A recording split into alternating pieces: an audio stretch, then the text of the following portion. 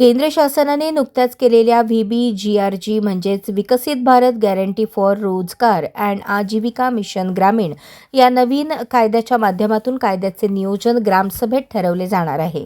ग्रामपंचायतीमध्ये पारदर्शक, लोकाभिमुख आणि उत्तरदायी प्रशासन निर्माण करणे हा याचा मुख्य उद्देश असून या माध्यमातून ग्रामपंचायतींनी गावाचा विकास करावा असे प्रतिपादन पुणे विभागीय आयुक्त डॉ. चंद्रकांत पुलकुंडवार यांनी आज केले।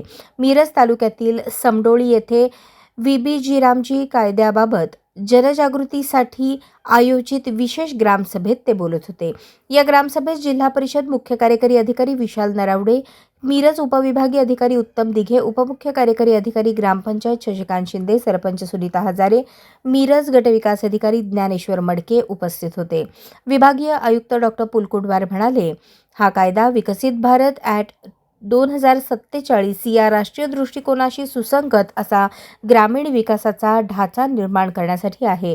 ग्रामीण भारताचे सक्षमीकरण, विकास, संसाधनांचा समन्वय व सर्वसमावेशक प्रगती घडवून आणण्यासाठी हा अधिनियम उपयुक्त ठरणार आहे। ते पुढे म्हणाले, निधीचे योग्य नियोजन करून स्वच्छता, पाणीपुरवठा, रस्ते, वीज, आरोग्य यांसारख्या मूलभूत सुविधांचा दर्जा उंचावण्यात येईल। नागरिकांच्या तक्रारींची वेळेत सोडवणूक करण्यासाठी प्रभावी तक्रार निवारण यंत्रणा उभी केली जाणार आहे। यावेळी मुख्य कार्यकारी अधिकारी विशाल नरवाडे यांनी जिल्ह्यात सुरू असलेल्या मुख्यमंत्री समृद्ध पंचायत राज अभियानाबाबत माहिती देऊन ग्रामस्थांना मार्गदर्शन केले। मुख्यमंत्री समृद्ध पंचायत राज अभियानांतर्गत जिल्ह्यातील ग्रामपंचायतींनी यशस्वी सहभाग नोंदवावा असे आवाहन केले।